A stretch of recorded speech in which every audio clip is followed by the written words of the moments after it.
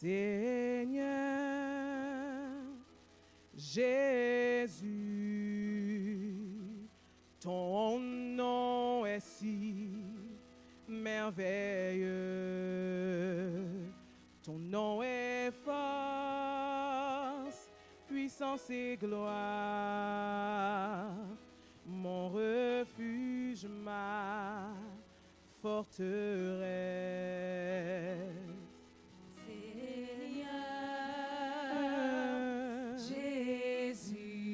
Jésus, ton nom est si merveilleux, ton nom est force,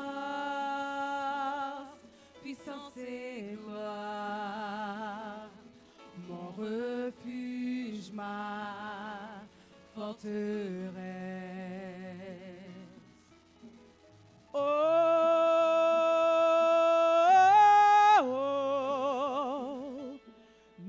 Comme toi, Seigneur, nul n'est comme toi, Seigneur, dites-leur.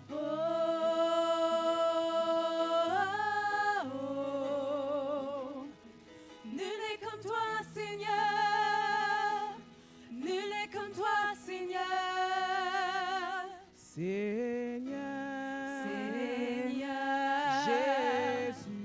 Jésus, ton nom est merveilleux, merveilleux. Ton nom est fort, puissance et gloire, mon refuge, ma forteresse.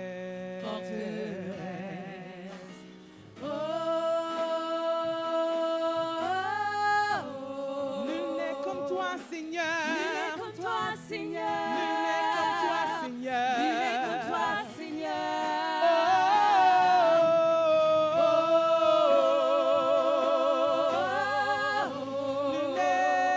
comme toi, Seigneur. Nul n'est comme toi, Nul Seigneur.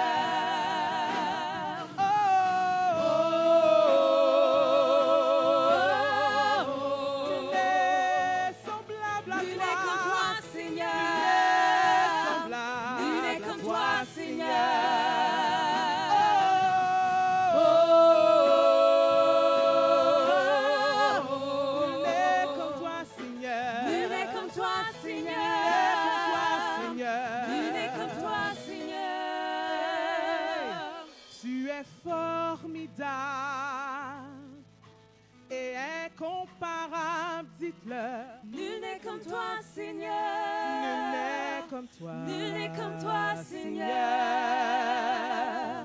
Quand je regarde vers le ciel, je vois l'ouvrage de tes mains. Nul n'est comme toi, Seigneur. Nul n'est comme toi, Seigneur. Nul n'est comme toi, Seigneur.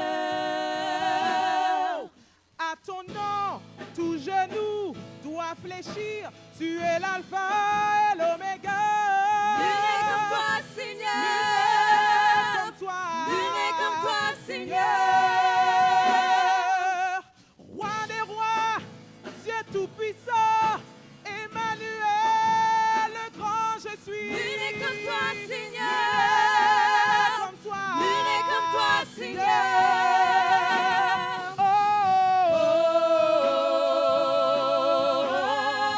Tu es ma gloire, Seigneur. Tu es ma gloire, Seigneur. Tu es ma gloire.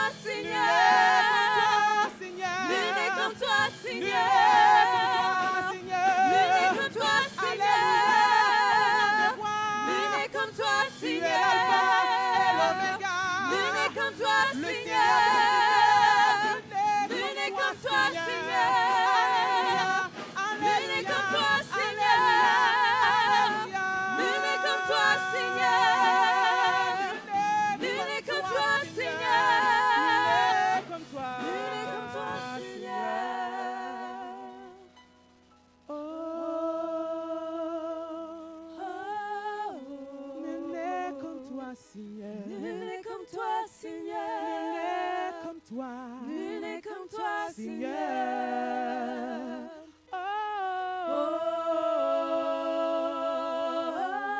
Oh, nul n'est comme toi, Seigneur. Nul n'est comme toi, Nul Seigneur. n'est comme toi. Nul n'est comme toi, Seigneur. Alléluia.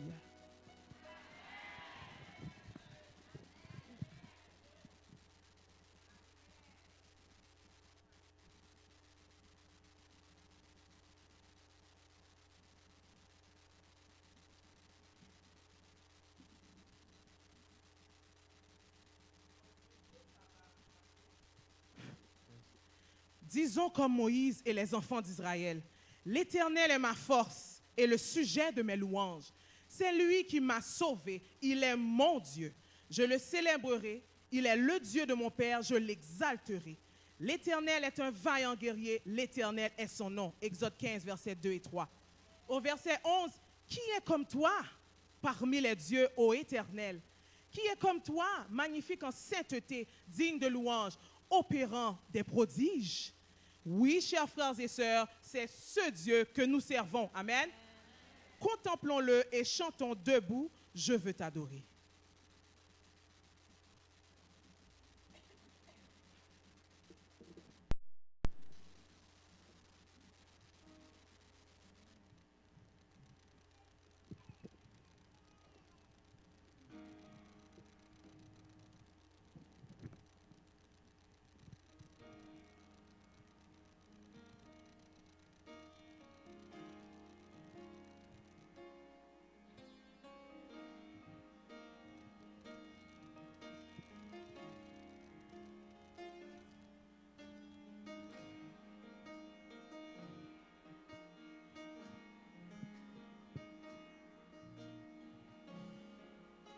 Quand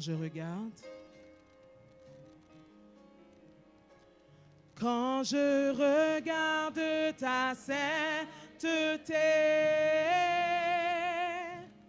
et quand je contemple ta beauté, les choses qui m'entourent ne valent plus rien pour moi.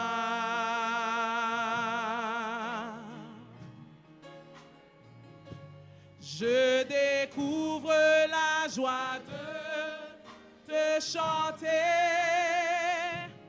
de déposer ma vie à tes pieds.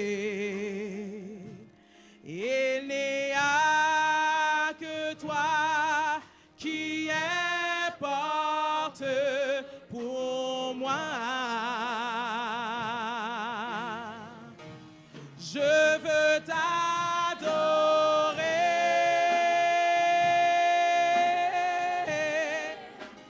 oui t'adorer.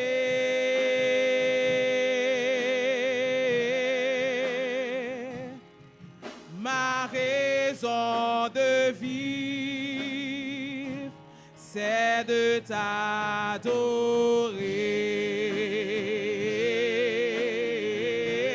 Je veux t'adorer,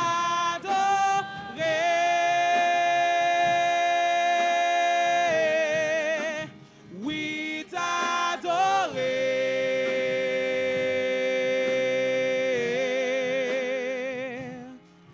Ma raison de vivre, c'est de t'adorer. Quand je contemple, quand je regarde ta sainteté, et quand je contemple ta beauté, les choses qui m'entourent ne valent plus rien pour moi.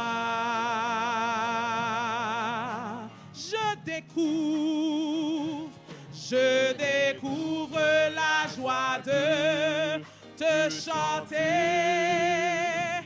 de déposer ma vie à tes pieds.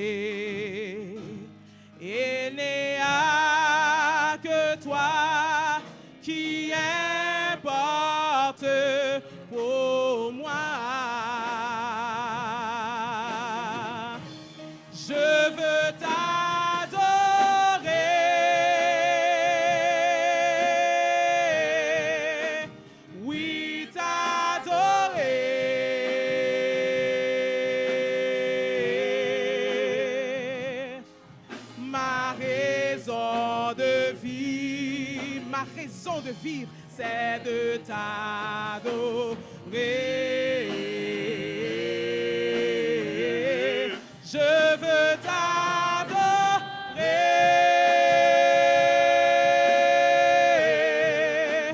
Oui, t'adorer. C'est ma raison, c'est la raison pour laquelle je vis. Est-ce que c'est la raison pour laquelle que vous vivez en ce sabbat matin? Raison pour laquelle je vis. C'est la raison pour laquelle je vis. Pour t'adorer, mon Dieu. C'est la raison. C'est la raison pour laquelle je vis. C'est la raison. La raison pour laquelle je vis. C'est la raison pour laquelle je vis. Pour t'adorer, mon Dieu. Ça doit être votre raison de vivre. C'est la raison pour laquelle je vis. J'ai été créé, c'est pour l'adorer. C'est la raison pour laquelle je vis. C'est la raison pour laquelle je vis. Pour t'adorer, mon Dieu. Une dernière fois, c'est la raison. C'est la raison pour laquelle je vis. Si je respire, c'est grâce à Dieu. C'est la raison pour laquelle je vis. C'est la raison pour laquelle je vis. Pour t'adorer, mon Dieu.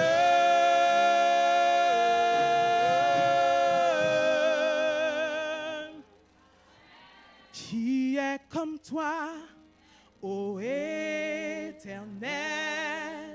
Qui d'autre que toi nous vient du ciel? Qui est comme toi parmi ces dieux, n'accomplissant que des merveilles? Je redirai tout haut tes bienfaits éternels.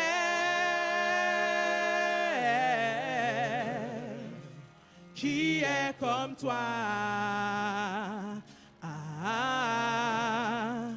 Qui est comme toi? Qui est comme toi, ô Éternel? Qui d'autre que toi nous vient du ciel? Qui est comme toi parmi ces dieux, n'accomplissant que des merveilles? Je redirai le jour, la nuit. Je redirai tout haut tes bienfaits éternels. Qui est comme toi? Qui est comme toi? Qui est comme toi? De tout votre cœur. Qui est comme toi, ô Éternel? Qui d'autre que toi nous vient du ciel? Qui est comme toi parmi ces dieux, n'accomplissant que des merveilles? C'est mon Dieu. Je redirai tout haut tes bienfaits éternels. Qui est comme toi? Qui est comme toi? Une dernière fois. Qui est comme toi, ô Éternel? Qui d'autre que toi nous vient du ciel.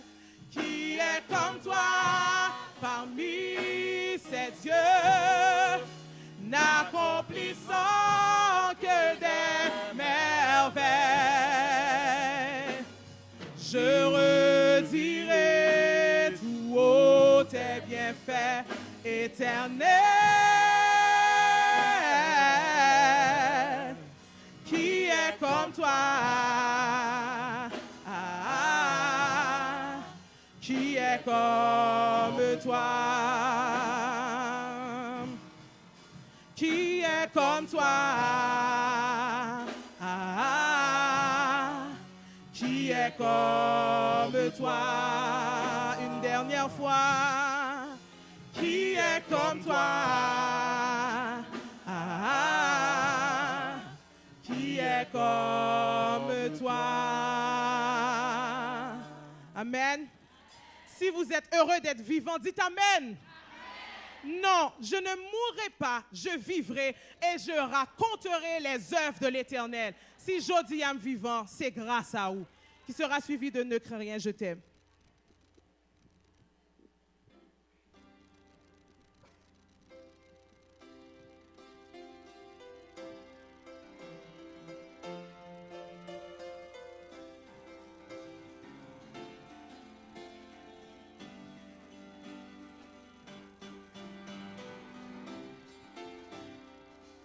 Si je dis à vivant, c'est grâce à vous. Sans vous, Seigneur, moi pas rien. Si je dis à vivant, si je dis à vivant, c'est grâce à vous. Sans vous, Seigneur, moi pas rien. M'a pleuvé même en l'air pour m'adorer. Mets à genoux, non pierre pour me prosterner. Qui te voit moi, river devant trop nous, ville état, pliwa, yo mou. Qui te voit moi, river devant trop nous, ville état, pliwa, yo mou. Si m'campé m'a chanté. Si m'campé m'a chanté, pas que l'autre monde, c'est grâce à vous. Sans vous, Seigneur, moi pas rien. Si la vie me protégeait, si la vie me protégeait, c'est grâce à ça qui t'est coulé pour bon me laver. M'a pleuvé même en l'air pour m'adorer. Mets ta genou dans pierre, pour prosterner. Alléluia, qui te voit moi, river devant trop nous, vin établi wa yo mou. Qui te voit moi, river devant trop nous, vin établi wa yo mou. M'a pleuvé même en l'air pour m'adorer. Mets ta genou dans pierre, bon Dieu, papa. Ta genou dans pierre pour prosterner. Qui te voit moi, river devant trop nous, vin établi wa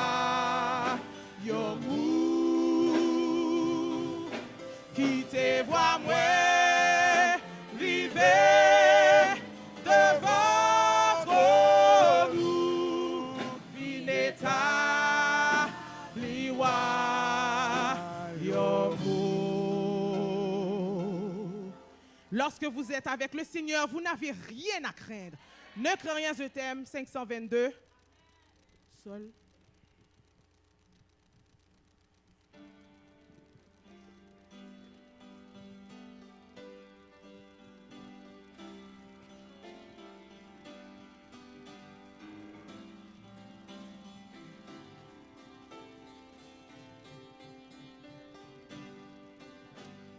Ne crains rien, je t'aime, je suis avec toi. Promesse suprême qui soutient ma foi. La sombre vallée n'a plus de terreur. L'âme consolée. Je marche avec mon Sauveur.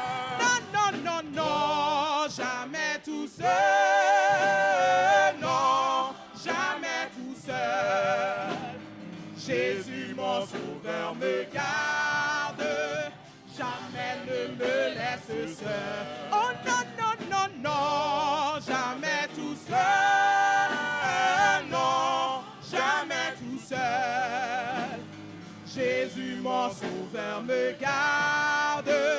Je ne suis jamais tout seul. L'aube ma signère, ne lui qu'au beau jour. Jésus, ma lumière, m'éclaire toujours. Quand je perds de vue, l'affreux radieux à travers la nuit. Jésus me montre les cieux. Oh non, jamais tout seul. Non, jamais tout seul. Jésus, mon Sauveur, me garde. Jamais ne me laisse seul. Oh non, jamais tout seul. Non, jamais tout seul. Jésus, mon Sauveur, me garde. Je ne suis jamais. Les dangers à court, subtil et connu. De près, il m'entoure. Plus près est Jésus. Qui dans le voyage, me redit, c'est moi. Ne crains rien, prends courage. Je suis toujours avec toi. Oh non, jamais tout seul. Non, jamais tout seul. Jésus, mon Sauveur, me garde. Jamais ne me laisse seul. Oh non, jamais tout seul. Non, jamais tout seul. Jésus, mon Sauveur, me garde. Je ne suis jamais tout seul. Oh non, jamais tout seul. Non, jamais tout seul. Croyez ce que vous chantez. Jésus, mon Sauveur, me garde. Jamais ne me laisse seul. Oh non, jamais tout seul. Non, jamais tout seul. Jésus, mon Sauveur, me garde. Je ne suis jamais tout seul. Amen. Je ne suis jamais tout seul. Voici, je suis avec vous tous les jours jusqu'à la fin du monde. Le chant de prédisposition, le numéro 325.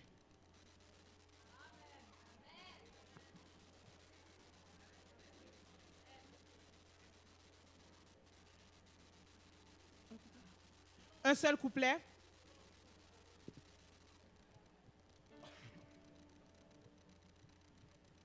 À Jésus, je m'abandonne.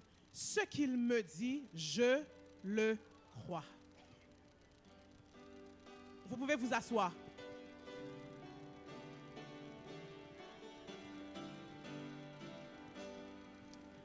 À Jésus, je m'abandonne. Ce qu'il me dit, je le crois. Et je prends ce qu'il me donne, la couronne avec la foi. Comptez sur lui d'heure en heure, tant que dure le combat. Que l'on vive ou que l'on meure, comptez sur lui, tout est là. Que l'on vive ou que l'on meure, comptez sur lui, tout est là.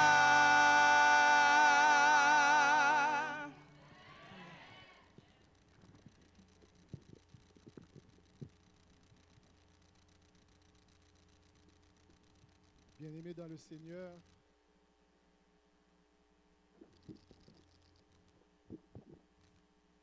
bien-aimés dans le Seigneur, que la paix et la grâce de notre Seigneur Jésus soient avec vous tous.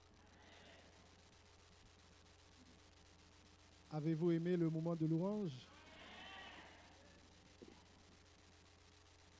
Je n'ai pas besoin de vous dire que c'est le sabbat de jeunesse, on voit la différence et on le sent aussi. Aujourd'hui, je peux dire que le moment de louange, les chants, les musiciens, tout le programme a été de façon fraîche, n'est-ce pas? Pour utiliser un langage jeune. Je dis souvent, quand on doit prendre la parole au nom du Seigneur, il y a déjà un stress naturel parce qu'on doit parler au peuple de Dieu. Mais quand on vous donne la chair à 12h20, alors qu'il faut terminer à 12h30, donc ce n'est pas évident. Nous tenons à remercier la sœur qui avait chanté. Je crois que c'est Lindsay Alexandre. Nous avons écouté un très beau chant. Elle nous avait dit « Entends-tu l'appel ?» Et la sœur Sandra ainsi que ses collaboratrices, collaborateurs également, ils avaient exécuté un beau morceau « Nul n'est comme toi, Seigneur ».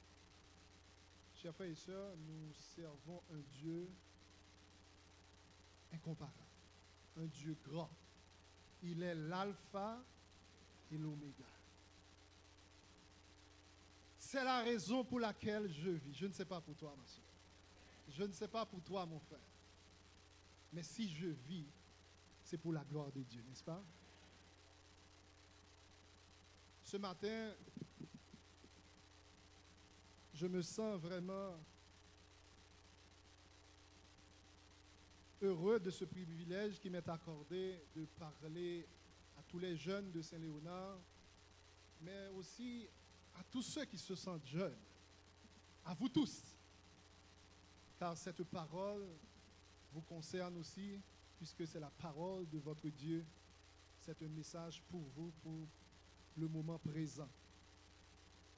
Nous avons écouté la lecture qui a été faite dans Jean 1er, les versets 45 et 46.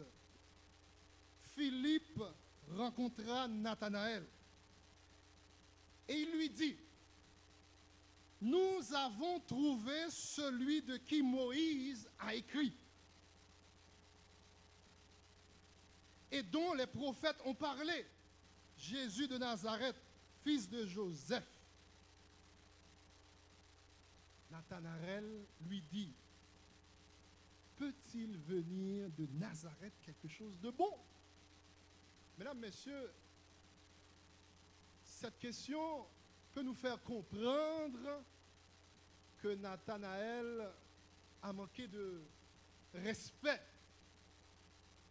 envers les gens de Nazareth. Oui ou non? Peut-il venir de Nazareth quelque chose de bon? Nous allons essayer de comprendre la situation et essayer de tirer profit de ce passage. Jésus-Christ passa les 30 premières années de sa vie dans le village obscur de Nazareth. Mais pourquoi j'ai dit obscur? La ville de Nazareth est située au nord d'Israël, en Galilée. Et tout le district était particulièrement méprisé par ceux des habitants vivant dans le sud du pays. Les Galiléens avaient la réputation d'être grossiers, ignorants, sans aucune culture. Leur façon de parler était rude, sans aucun raffinement, au point qu'il était difficile de comprendre ce qu'ils disaient. On disait aussi des gens de Galilée qu'ils n'étaient pas très fiables dans le domaine de la doctrine. Tout le district de Galilée était comme une sorte de bastion pour les faux docteurs et les doctrines diverses. Il était donc impensable pour Nathanaël, pour un juif, qu'un grand maître spirituel puisse venir de Nazareth. Les habitants de ce village étaient d'une méchanceté proverbiale, ce qui voudrait dire incomparable, extrême.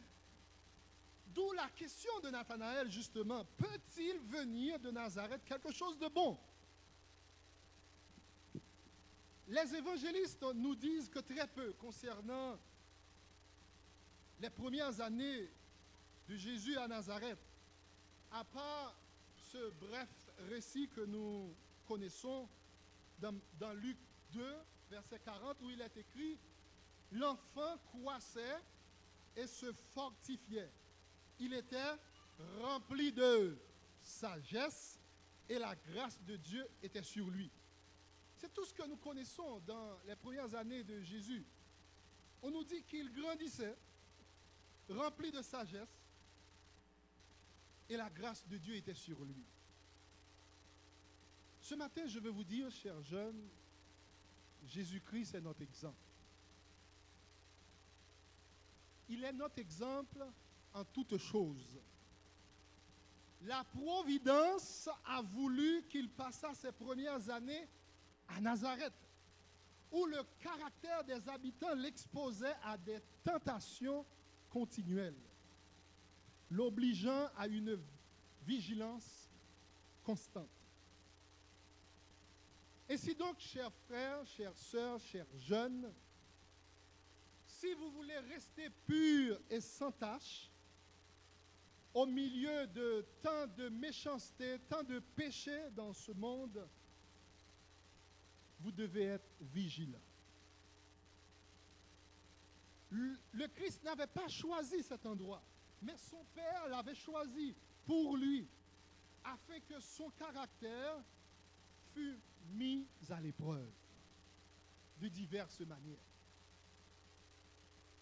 Soumis à de rudes épreuves, à des fatigues, à des luttes pendant ces premières années, le Christ put former son caractère parfait.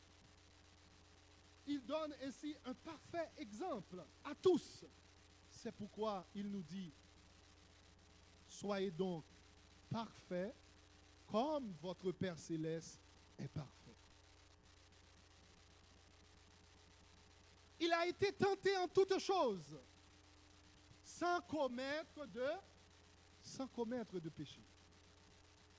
Il arrive fréquemment que des enfants, des jeunes gens soient placés dans un milieu qui n'est pas favorable à la vie chrétienne. Ils cèdent facilement à la tentation et cherchent à excuser leurs péchés, leur conduite irrégulière. Ce n'est pas ma faute, c'est parce que, c'est à cause d'eux. On essaie de justifier notre comportement. Le Christ a vécu volontairement dans la solitude. Il se livra à une vie active. active, fuyant ainsi la tentation et se tenant à l'écart d'une société corruptrice.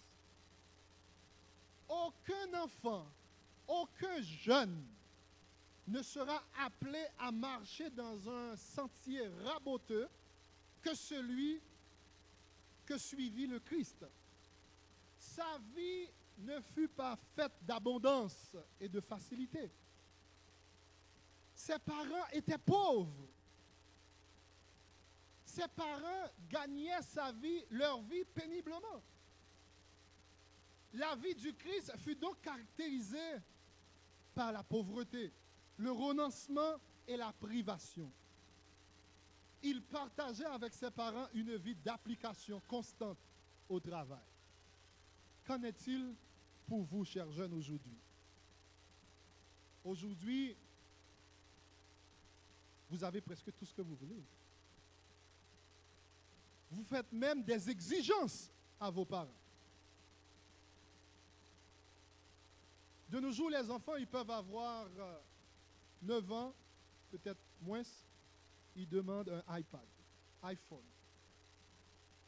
Demandez à vos parents à quel âge ils ont acheté leur premier téléphone. Vous faites beaucoup d'exigences, mais cependant, vous ne faites pas attention à votre conduite. La pureté ne dépend pas des circonstances. Qu'est-ce que j'ai dit?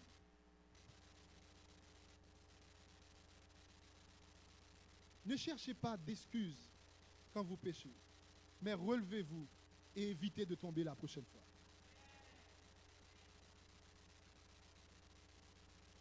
Comment comprenez-vous, chers frères et sœurs, 2 frères, même parents, même mère, même père, ils vivent les 2 dans la même maison. Ils mangent chaque jour la même nourriture. Ils vont à la même école. Ils vont à la même église. Et puis l'un a réussi sa vie, tant sur le plan spirituel que professionnel, et l'autre a échoué. Pourquoi? Vous avez fait tout simplement le mauvais choix. Exactement. Dieu ne force personne. Vous avez toujours le choix. Vous avez le choix de choisir vos amis. Mais vous allez subir les conséquences également. Choisissez aujourd'hui qui vous voulez servir. Nous dit Josué, n'est-ce pas? Mais moi et ma maison, nous servirons l'Éternel. Vous avez le choix. Personne ne sera appelé à former un caractère chrétien parfait dans des circonstances plus défavorables que celles de notre Seigneur. Le Christ a vécu 30 années à Nazareth, d'où l'on s'étonnait que puisse sortir quelque chose de bon à Nazareth.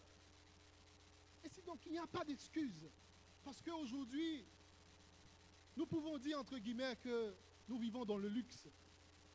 Jésus n'avait pas toutes ces belles choses que vous avez aujourd'hui. Dans son enfance, je veux dire. Ses parents étaient pauvres. L'exemple du Christ montre que ses disciples peuvent vivre d'une manière irrépréhensible, indépendamment du lieu et de leur situation matérielle. Toute position ou tout lieu où la providence divine les a appelés peut devenir respectable. Si humble qu'il soit, grâce à votre fidélité, vous pouvez devenir un modèle pour les autres jeunes qui vous regardent. N'est-ce pas vrai? C'est là ce que le Christ a montré. Une leçon se dégage dans la vie du Christ. C'est qu'une vie pure et adhérant strictement aux principes n'est pas nécessairement exempte de difficultés, de pauvreté et d'adversité. Ce n'est pas parce que vous servez Dieu fidèlement, vous ne pouvez pas avoir de difficultés dans votre vie. D'ailleurs, il nous dit que celui qui veut vivre pieusement en Jésus-Christ, il sera comment? Parce que nous sommes dans une lutte, dans un combat spirituel. Le diable, il rôde autour de vous. Quand il voit que vous prenez le chemin pour servir le Dieu créateur, alors là, il va vous attaquer. Mais n'ayez crainte, Dieu ne vous abandonnera jamais. Nous venons de le chanter. Si l'on s'éloigne de ceux qui pourraient exercer une influence corruptrice, on ne sera pas surpris par les ruses de Satan. Par la prière quotidienne, l'on obtient de Dieu la sagesse et la grâce nécessaires pour affronter les luttes et les dures réalités de la vie et en sortir victorieux. N'est-ce pas vrai? Dans Jacques 4, verset 7, il est écrit « Soumettez-vous donc à Dieu. Résistez au diable et il fuira loin de vous. » Laissez-moi vous dire, chers frères et sœurs, même quand nous savons que le diable a beaucoup de pouvoir, mais c'est un lâche. Quand vous vous rapprochez plus près de Jésus-Christ, il a peur de vous. Alors soumettez-vous donc à Dieu, restez sous son manteau protecteur et le diable ne pourra pas vous atteindre. Ce matin, chers jeunes, je vais vous dire une chose. Résistez à la tentation. L'ennemi fait tout ce qu'il peut pour vaincre ceux qui s'efforcent de vivre chrétiennement. Il les assaille de ces tentations dans l'espoir de les voir céder. Il espère ainsi arriver à les décourager.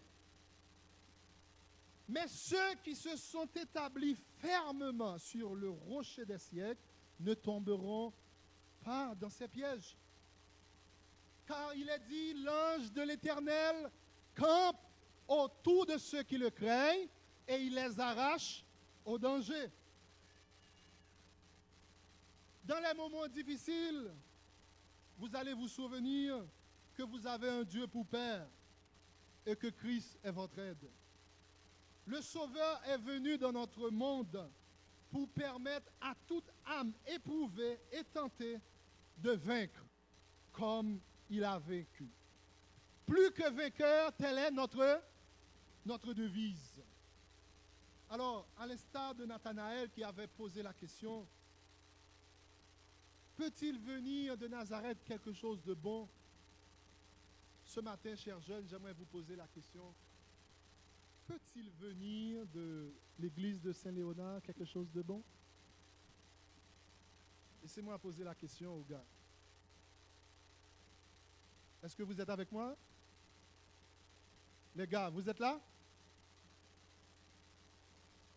Peut-il venir de l'église de Saint-Léonard quelque chose de bon? Je vais m'adresser aux filles maintenant. Les filles, peut-il venir de cette église, de l'église de Saint-Léonard, quelque chose de bon?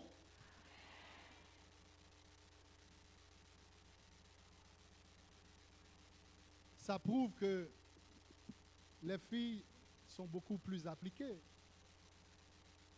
à mon sens. Pourquoi j'ai dit ça? Vous allez comprendre. Nous sommes dans la maison de Dieu, oui ou non? Je reprends ma question maintenant. Peut-il venir de l'église de Saint-Léonard quelque chose de bon, oui ou non? Si nous sommes dans la maison de Dieu et quelque chose de bon ne peut pas venir ici, il y a un problème.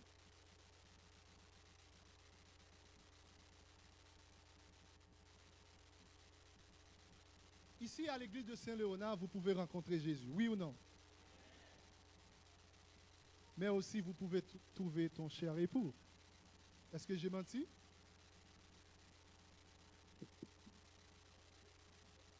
On dirait que vous n'êtes pas tous d'accord. Sœur Cathy, où est-ce que tu as trouvé ton cher époux? À Saint-Léonard. Frère Robert, où est-ce que tu as trouvé ta chère épouse? À Saint-Léonard. Alors, sœur Fleur aussi, où est-ce que tu vas trouver ton cher époux? À Saint-Léonard. À Saint-Léonard, pourquoi pas? Mais vous savez, il y en a qui sont très intelligents. Ils adoraient Dieu dans d'autres églises, mais ils ont trouvé leur épouse à Saint-Léonard. Mhm. N'est-ce pas, frère Joas? Frère Joseph, frère prophète, n'est-ce pas? Frère prophète adorait Dieu dans d'autres églises, mais aujourd'hui, il adore notre Dieu ensemble avec son épouse à Saint-Léonard. All right. Donc, peut-il venir quelque chose de bon à Saint-Léonard? Amen. Oui, nous pouvons trouver Christ, nous pouvons trouver un frère, nous pouvons trouver une sœur, nous pouvons même trouver une épouse et un époux. Amen. Chers jeunes, j'aimerais terminer, mais ce dernier point est très important pour moi. J'espère que ce sera très important pour vous aussi. En tant que chrétiens, vous savez que c'est une lutte que nous menons chaque jour. Nous sommes dans un combat. Nous serons tentés parce que le diable, il rôde autour de nous, nous dit la parole de Dieu. Mais évitez les tentations inutiles. Ce que j'ai dit là, qu'est-ce que j'ai dit? Évitez les tentations inutiles. Ce message que je vous annonce ce matin vient de ce livre écrit par la sœur Ellen G. White, Message à la jeunesse, chapitre 19, 20 et 21. Si vous pouvez le relire. La sœur Ellen G. White nous dit évitez les tentations inutiles. Il y a certaines fois, chers frères et sœurs, ce n'est pas le diable qui vous a tenté, mais c'est vous qui avez cherché la tentation. La parole de Dieu nous dit, voici, je vous envoie comme des brebis au milieu des loups. C'est vrai. Mais le texte continue pour nous dire, soyez donc prudents comme les serpents et simples comme les colombes. C'est la parole de Dieu qui le dit. Nous devons être prudents comme les serpents, simples comme les colombes. Dieu, c'est un Dieu fidèle. Oui, il ne permettra pas que vous soyez tentés au-delà de vos forces. Oui. Mais nous devons aussi faire notre part en évitant de nous exposer sans nécessité à la tentation. Dieu nous dit dans 2 Corinthiens 6, verset 17, sortez du milieu d'eux et séparez-vous d'eux. Ne touchez pas à ce qui est impur et je vous accueillerai. Je serai pour vous un père et vous serez pour moi des fils et des filles. Sortez du milieu d'eux. Ce texte me fait comprendre, chers frères et sœurs, Dieu a un peuple, oui ou non? Dieu a un peuple. Et Satan aussi a un peuple.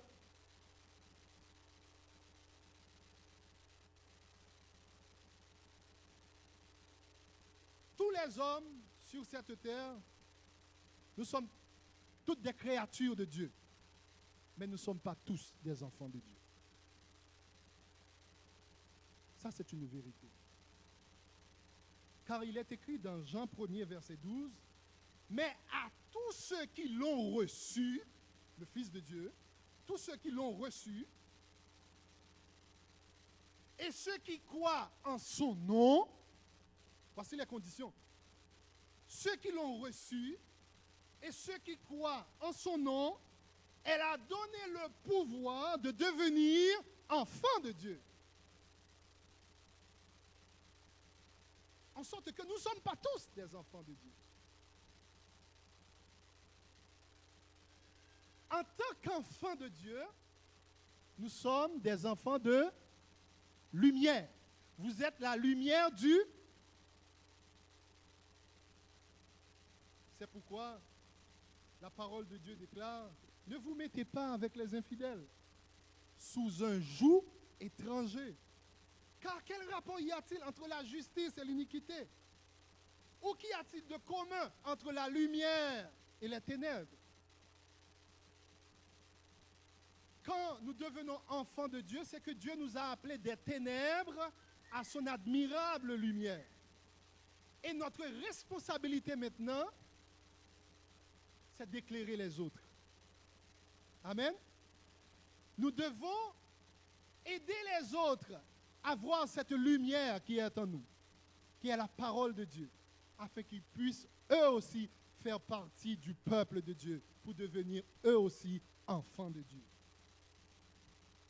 Mais vous, au contraire, vous êtes une race élue, un sacerdoce royal, une nation, un peuple acquis, afin que vous annonciez les vertus de celui qui vous a appelé des ténèbres à son admirable lumière. Chers frères et sœurs, lumière, c'est lumière, ténèbres, c'est ténèbres. Lumière, pas jambe, ténèbres, ténèbres, pas jambe, lumière. D'accord? La parole de Dieu vous dit, vous êtes la lumière du monde. Il y a un évangile populaire qui veut faire croire que, même quand vous êtes à l'église, vous êtes enfant de Dieu, mais nous, c'est même bagaille. Mais non.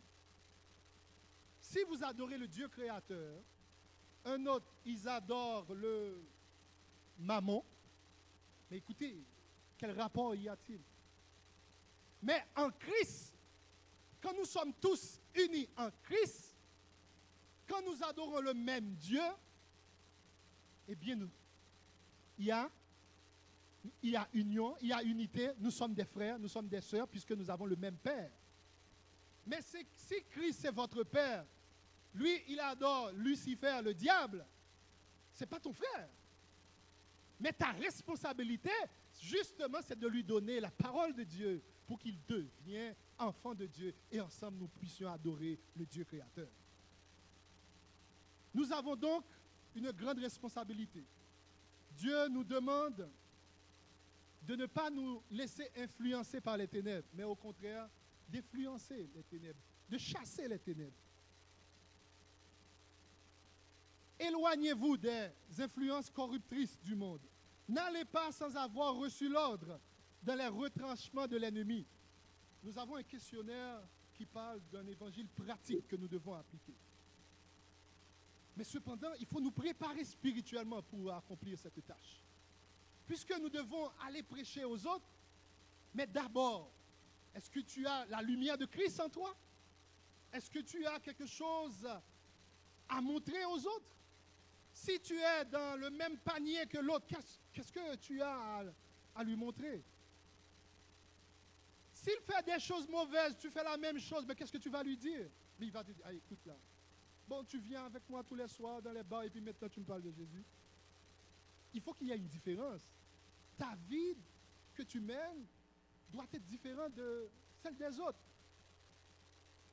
afin qu'on puisse voir en toi Christ incarné. La sœur Hélène G. White nous dit, je vais vous lire ce paragraphe que nous trouvons à la page 80 de ce livre, Message à la jeunesse. N'allez pas où vous pourriez être tenté et détourné de la bonne voie. Si toutefois vous avez un message pour les non-croyants, si votre intimité avec Dieu vous permet de leur parler selon les besoins, vous pouvez faire une œuvre utile pour eux et honorable avec Dieu. Il y a une condition.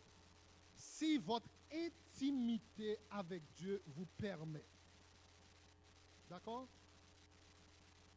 Pour terminer, chers frères et sœurs, c'est le moment de nous examiner individuellement. Regardez si en nous, il n'y a pas un péché caché. L'un des signes de ce temps que nous vivons, les derniers temps de ce monde, c'est que des chrétiens aiment le plaisir plus que Dieu. Ce matin, je vous invite à vous examiner. Sincèrement, regardez s'il n'y a pas en vous.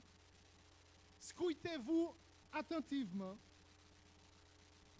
Il faut s'examiner de près et demander sérieusement à la lumière de la parole divine. Mon cœur, est-il saint ou corrompu? Ai-je été renouvelé en Christ ou bien est-ce que je dissimule un cœur charnel sous un habit neuf? Approchons-nous, chers frères et sœurs, du tribunal de Dieu. Et voyez, comme si vous étiez sous la lumière divine, s'il subsiste en vous quelques péchés, quelques iniquités, quelques idoles non abandonnées. Et après avoir terminé à vous examiner, priez. Oui, priez. Priez comme vous ne l'avez jamais fait par le passé, afin que vous puissiez échapper aux ruses du diable. Que le Seigneur vous bénisse.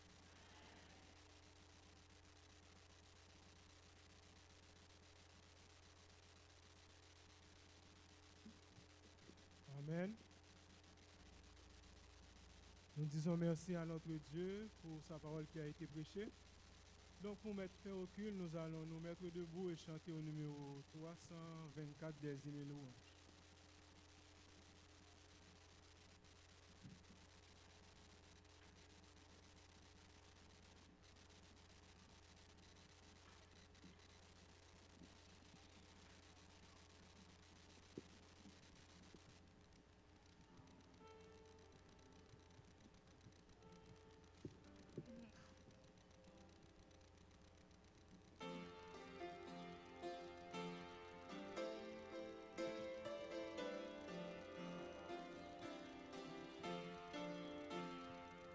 Sur toi je me repose, oh Jésus mon sauveur.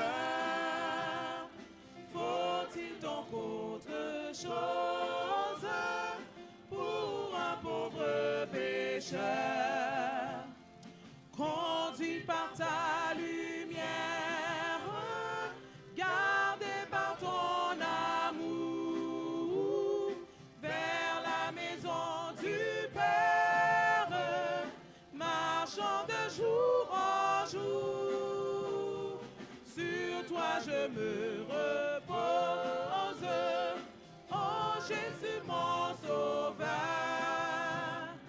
Faut-il donc autre chose pour un pauvre pécheur? Ah, ma misère est grande, mais tu m'as pardonné. Sainte et vivante offrande, pour moi tu t'es donné. Et de toute souillure, par le sang de la croix, mon âme devient pure. Tu l'as dit, je le crois. Sur toi je me repose, oh Jésus mon sauveur.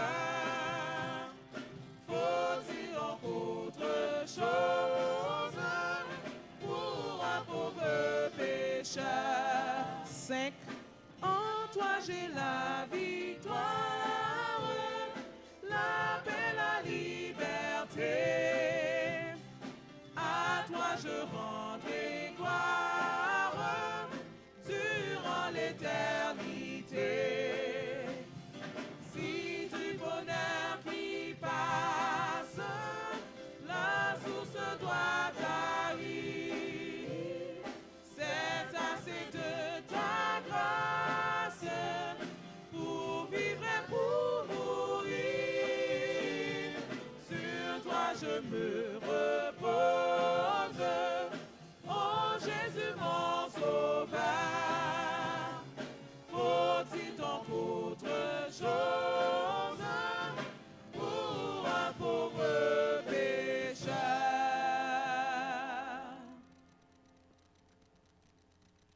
Prions le Seigneur. Notre Père, notre Dieu, nous te sommes infiniment reconnaissants pour ta présence au milieu de nous en ce matin et pour ta parole. Nous te demandons de nous imprégner de ton Esprit Saint, de nous donner ta paix, ta grâce, afin que nous puissions mener le bon combat de la foi. Bénis chaque membre ici présent et nos amis visiteurs qui ont fait le déplacement, que tu puisses les bénir dans leurs activités, mais aussi bénir dans leur vie spirituelle, et que la porte de l'église de Saint-Léonard soit toujours ouverte pour eux. Renvoie-nous de ce lieu, Seigneur, avec ta paix, ta grâce, l'onction de ton Saint-Esprit, car nous t'en prions au nom de Jésus. Amen.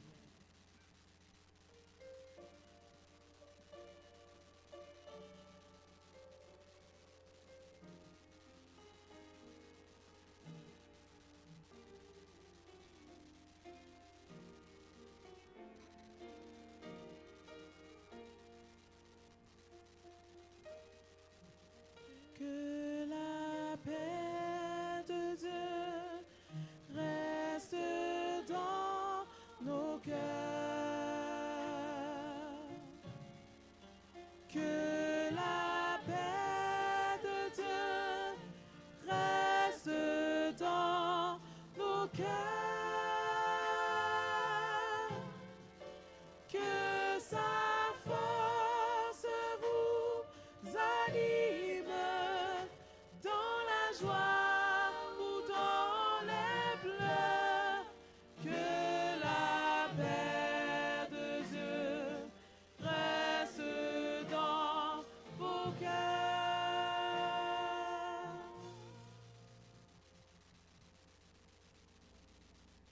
Nous demandons aux parents de rester pour la rencontre avec les dirigeants du ministère personnel. Ministère des enfants, pardon.